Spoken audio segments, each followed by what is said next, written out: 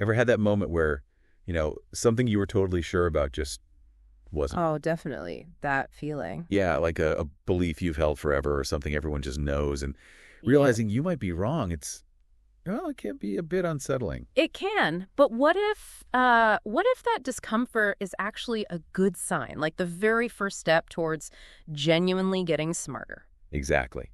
That's what we're really digging into today, this whole idea of rethinking. Yeah, it's not just about cramming in more facts. We tend to treat knowledge like this finished thing we collect and just hang on to. Right. Like trophies on a shelf. Pretty much. Yeah. But the world, I mean, it doesn't stand still, does it? Information changes, situations evolve, so our understanding needs to evolve too. So this deep dive is kind of a guide to navigating that, keeping our mental maps updated. That's the idea. We want to give you a way to grapple with this vital skill of rethinking without feeling totally swamped by it all. And we've pulled together insights from, well, all over the place, haven't we? We have psychological studies on how our brains sometimes trick us, stories from businesses that had to adapt or die. Lessons from really tough negotiations, even from people trying to bridge huge divides, fighting prejudice. It's a real mix, but they all point towards this core idea, the power, the necessity, really, of being willing to rethink. Okay, so the mission for today is basically to unpack this skill, give you, the listener, a solid grasp of why it matters and how to maybe get a bit better at it. Right, and we've sort of broken it down into three main chunks. First, how we can work on rethinking our own stuff, our own views. Okay, the individual level. Then how we can maybe nudge others to do the same, opening minds, even when it's tough. Interpersonal rethinking, got it. And finally, how this applies to bigger groups, teams, organizations, schools maybe. How do you build a culture of rethinking? So individual, interpersonal, and collective. Sounds like a good plan. Ready to jump in? Let's do it. Okay, starting with ourselves. One idea that really struck me from the sources is we just don't spend much time doing it. Yeah. Rethinking, I mean. It's true, isn't it? Feels like we're always rushing to learn the next thing, build more knowledge. Adding floors to a building. Yeah. But we rarely go back down to check the foundations. And those foundations, well, they can get shaky fast these days. You mean because of the sheer amount of information constantly hitting us? Exactly. I mean, the stats are kind of mind-blowing. Even back in 2011, the amount of info we processed daily was like 5 times what it was just 25 years earlier. Wow. And it's only accelerated since then, I imagine. No doubt. So sticking rigidly to old ideas in this environment, it's like using a map from, I don't know, the 1980s to drive today. You're going to get lost. Okay, so point taken.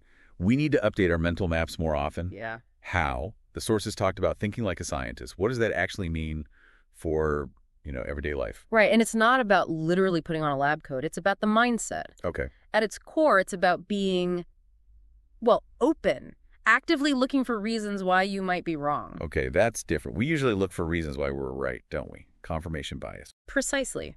We default to what the sources called these other modes. The preacher, trying to convert people to our truth. The prosecutor, trying to poke holes in other people's arguments. Or the politician, trying to win approval. Huh, yeah, I recognize those. But the scientist, their driving force is discovery. They're actively testing their hypotheses, looking for flaws, ready to revise based on evidence. The goal is getting closer to the truth, even if it means ditching a cherished belief. And this ties into that rethinking cycle idea, right? It starts with intellectual humility. Exactly. It's this loop. Intellectual humility admitting, hey, I might not know everything about this, that allows for doubt. Okay, so doubt isn't a bad thing here. Not at all. Doubt fuels curiosity. Okay, if I might be wrong, what else is out there? What am I missing? Which leads you to actually look for answers. And that leads to discovery. You find new information, maybe a better way of seeing things, and often that discovery just shows you how much more there is to learn, reinforcing that initial humility. A virtuous cycle. I like that. Instead of a defensive crouch, it's an active learning loop. Precisely. It's prioritizing learning over the need to always be right. Okay, but let's talk about the flip side. What stops us? The Dunning-Kruger effect came up a lot. The idea that sometimes the less we know, the more confident we are. Ah, yes. Mount Stupid. It's a classic finding. Basically, people who are incompetent in a certain area often lack the very skills needed to recognize their own incompetence. So they genuinely think they're doing fine, or even great. Yeah. The original studies showed people who scored poorly on logic, grammar, humor tests. They were the most likely to overestimate their own performance significantly. Because they didn't know enough to know what good performance even looked like. Exactly. And if you think you've already got it figured out, why would you bother rethinking anything? It's a huge barrier. It seems like that initial climb, when you go from knowing nothing to knowing a little bit, is particularly dangerous. That's the Mount Stupid peak, right? That's the idea. When you know absolutely nothing, you're usually aware of it. But when you learn a little, maybe see some quick initial progress, you can get this inflated sense of mastery. Wow, this is easy. I've got this. Right. And you underestimate the true complexity. You become confident, maybe even arrogant, and resistant to learning more or hearing different perspectives. You become, as they say, ignorant of your own ignorance. So the goal isn't just constant self-doubt, though. That doesn't sound very productive either. The sources mentioned confident humility. How does that work? It's a really neat concept. It's about balancing two things. On one hand, you have confidence in your ability to learn, to achieve goals over time. You believe you can figure things out. Okay, so a kind of self-efficacy. Exactly. But on the other hand, you maintain the humility to question your current knowledge and methods. Are these the best tools? Is this the right way right now? So confidence in your potential. Yeah. Humility about your present understanding. You got it. Believing you can succeed while knowing you might be wrong about how to get there today, it keeps you driving forward, but also scanning for better roads. And this intellectual humility, it actually pays off, doesn't it? Better learning, better leadership. Yeah, the research backs that up. People high in intellectual humility are just more open. They listen better, they absorb more, they consider different angles, they learn more effectively. And for leaders. Well, if a leader shows humility, admits they don't have all the answers, asks questions, it builds trust. It encourages the team to speak up, share ideas, point out problems. It leads to better performance overall. Okay, this next one feels a bit weird, but imposter syndrome. Could that actually have a positive side related to rethinking? That feeling of being a fraud? It's an interesting angle, and yeah, some research hints at it. While it can be distressing, that feeling of maybe I'm not good enough can sometimes fuel a stronger drive to learn and improve. Like the fear keeps you on your toes, prevents you from getting complacent. Potentially. If you constantly feel you need to prove yourself, you might be more motivated to seek out knowledge, practice skills, and critically evaluate your own performance. It could, paradoxically, keep that Dunning-Kruger overconfidence at bay. Still needs more research, but it's a thought-provoking idea. It really is. And it connects to another concept I loved, the joy of being wrong. Shifting the perspective from, oh no, I made a mistake, to, oh cool, I just learned something. Yes. That's a core element of a growth mindset, isn't it? Seeing errors not as indictments of your intelligence, but as signposts pointing towards new knowledge. Like, I used to think X, but now I know Y. That's progress. Exactly. There's a great quote from a Nobel Prize winner mentioned saying the real joy wasn't proving himself right, but discovering he was wrong, because it meant he'd actually learned something fundamental. That takes detaching your ego from your beliefs, I suppose. It does. Your identity isn't tied to being right, but to the process of getting it right, or at least righter. The sources even mention that old, ethically dubious Henry Murray study, where students' core beliefs were aggressively attacked. And apparently some students found it stimulating. Yeah, it's a problematic study to cite because the methods were just awful, really unethical. But putting the ethics aside for a second, the finding that some participants weren't crushed, but actually engaged by having their deepest beliefs challenged.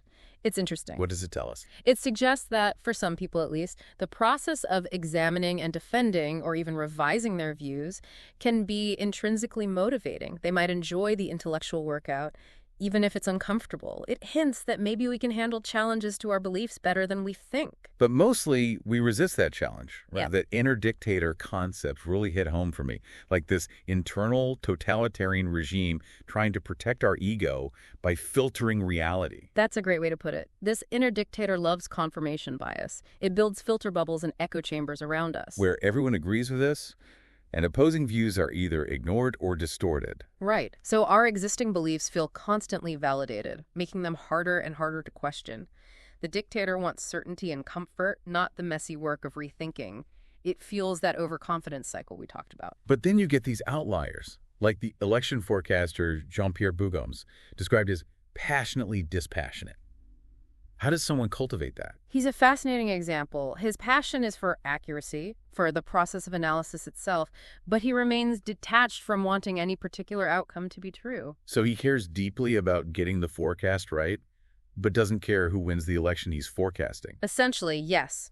His background in military history apparently trained him to constantly evaluate evidence objectively. He's known for being incredibly willing to change his mind on politics, even religion, when the data changes. He sees being wrong not as a failure, but just as new data.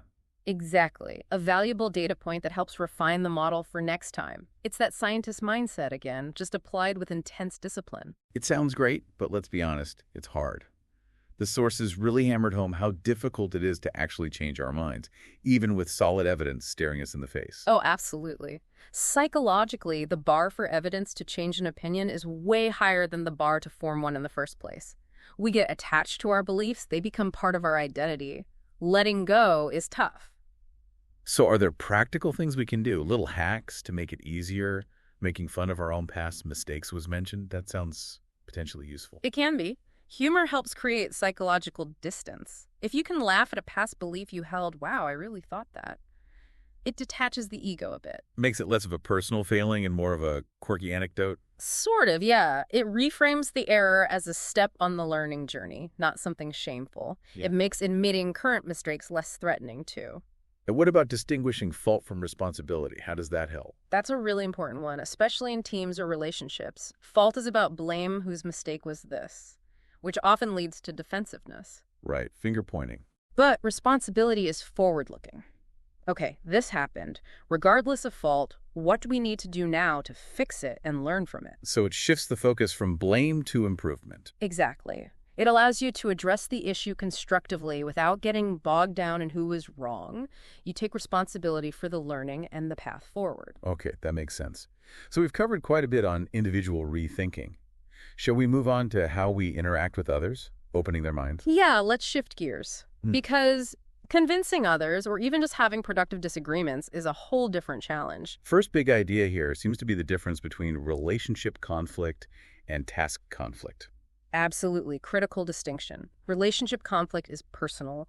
It's about dislike, ego clashes, animosity. It's almost always destructive. People shut down, get defensive. Rethinking goes out the window. Okay, avoid that. But task conflict. Task conflict is about the work itself. Disagreements about ideas, strategies, plans, interpretations of data. When it's done right, it can be incredibly valuable. How so? Because it brings different perspectives out. It challenges assumptions, it forces deeper thinking, and can lead to better solutions, more innovation, if you can keep it focused on the task, not the person. So the key is having good fights, as the sources put it.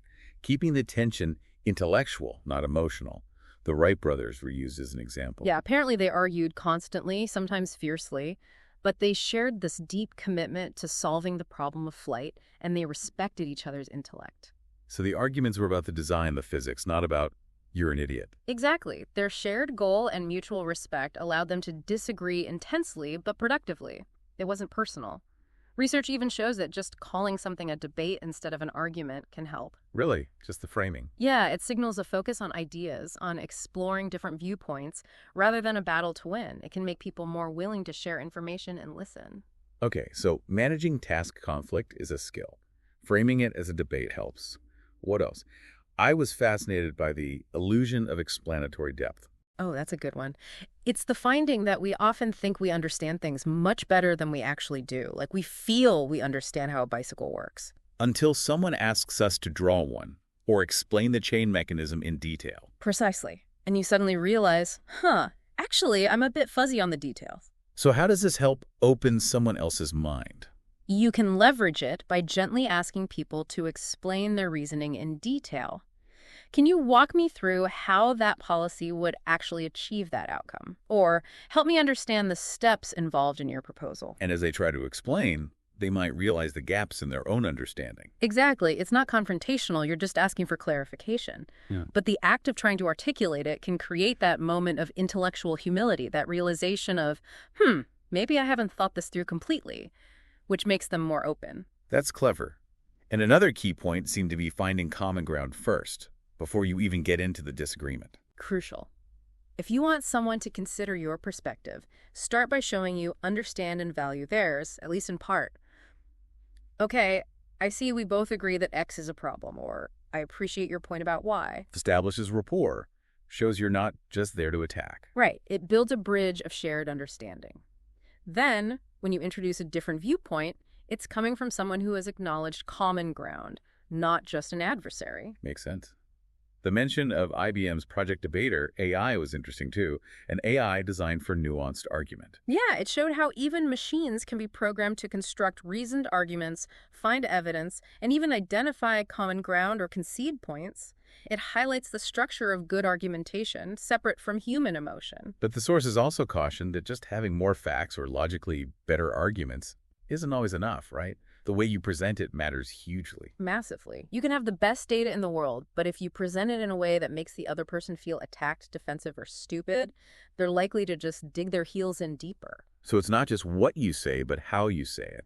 Absolutely. The tone, the framing, the respect you show for their viewpoint, that can be more persuasive than the raw information itself. Which leads to the idea that asking questions is often better than making statements. Tapping into self-persuasion. Exactly. If you tell someone you're wrong, here's why, their defenses go up, but if you ask questions that guide them to see the issue differently. Have you considered how this might affect Z? Or what would happen if we tried approach B? Right. You're prompting them to explore alternatives from their perspective. When people feel they've arrived at an insight themselves through their own reasoning process, it's much more powerful and lasting. They persuade themselves. Now, what about strong opinions, weakly held? I've heard that phrase before, but the sources suggested maybe tweaking it, expressing less conviction initially. Yeah, it's a subtle but important shift. The original idea is good. Have well thought out views, but be ready to change them. The problem is, expressing opinions strongly right off the bat can sound dogmatic. It makes the other person feel they have to push back just as hard. Could be. It can create an adversarial vibe. The revised thinking is maybe present your view with a bit more humility initially. Use qualifiers. Here's my current thinking, but I'm curious about your take. Or, one possibility is... So it invites collaboration rather than confrontation. Exactly. Makes it feel less like a battle of wills and more like a joint exploration of ideas. Easier for everyone to stay open. I have to admit, I chuckled at the George Costanza playbook reference, highlighting your own weaknesses up front. Huh. Yeah, it sounds counterintuitive, like something George would do for the wrong reasons. But the principle is sound. How does it work in persuasion? By acknowledging potential flaws or downsides to your own argument before the other person does, you kind of disarm them. It shows you've thought critically, you're not trying to pull a fast one. Builds credibility. Look, I know one potential issue with this approach is. Right. It makes you seem more objective and trustworthy, which can make them more receptive to the strengths of your argument. The story of Daryl Davis was incredibly powerful.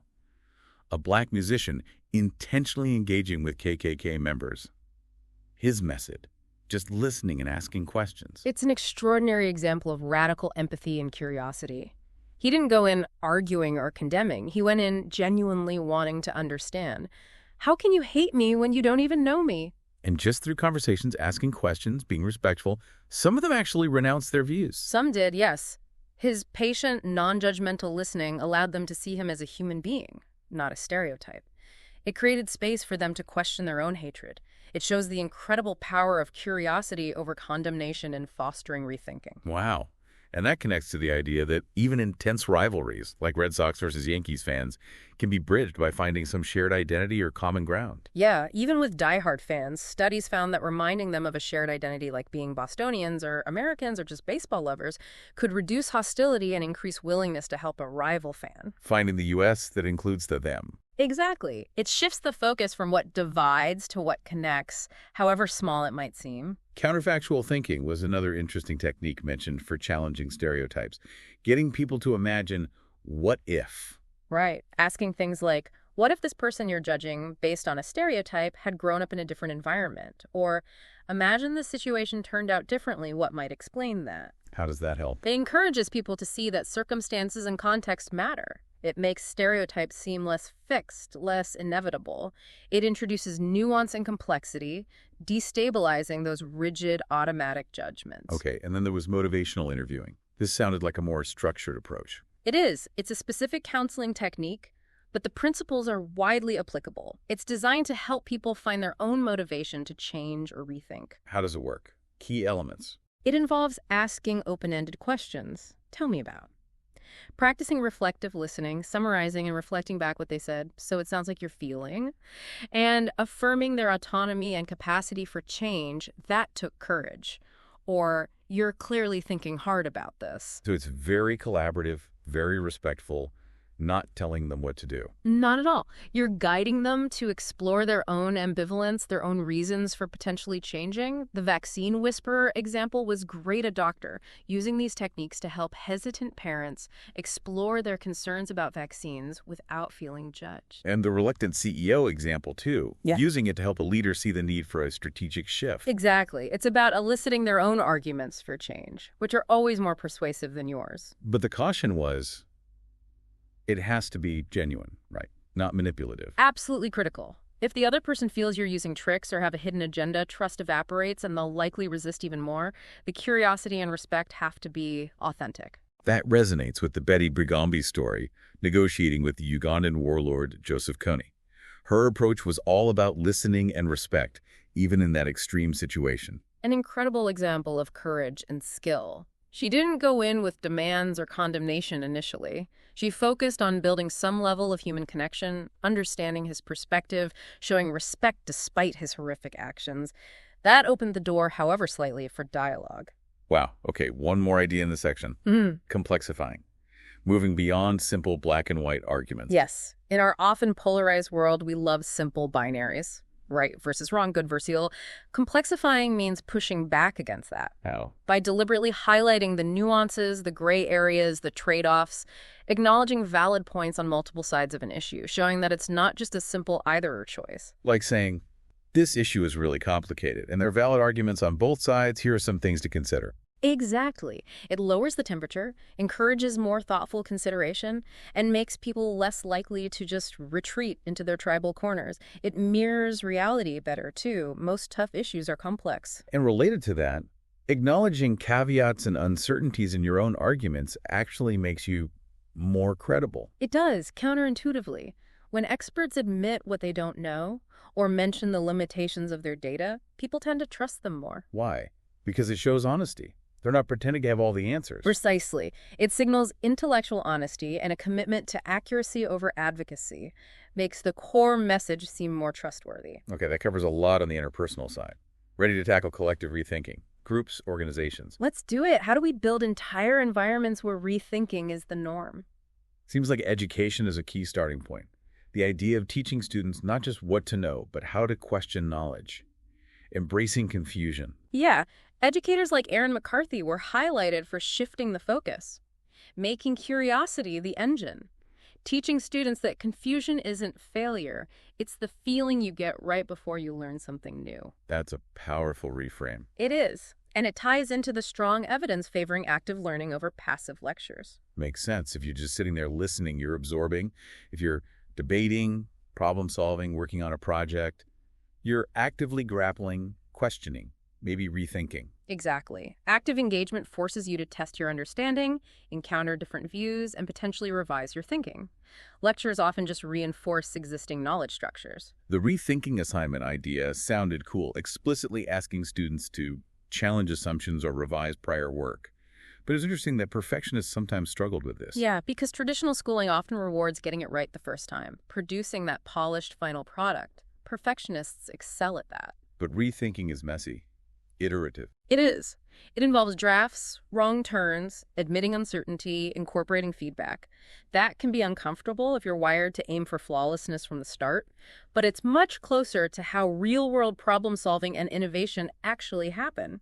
The Deerpin Freshman Initiative also seemed like a practical application, getting students to rethink major life transitions by learning from those who've gone before. Yeah, normalizing the idea that your initial plans and expectations might need revision.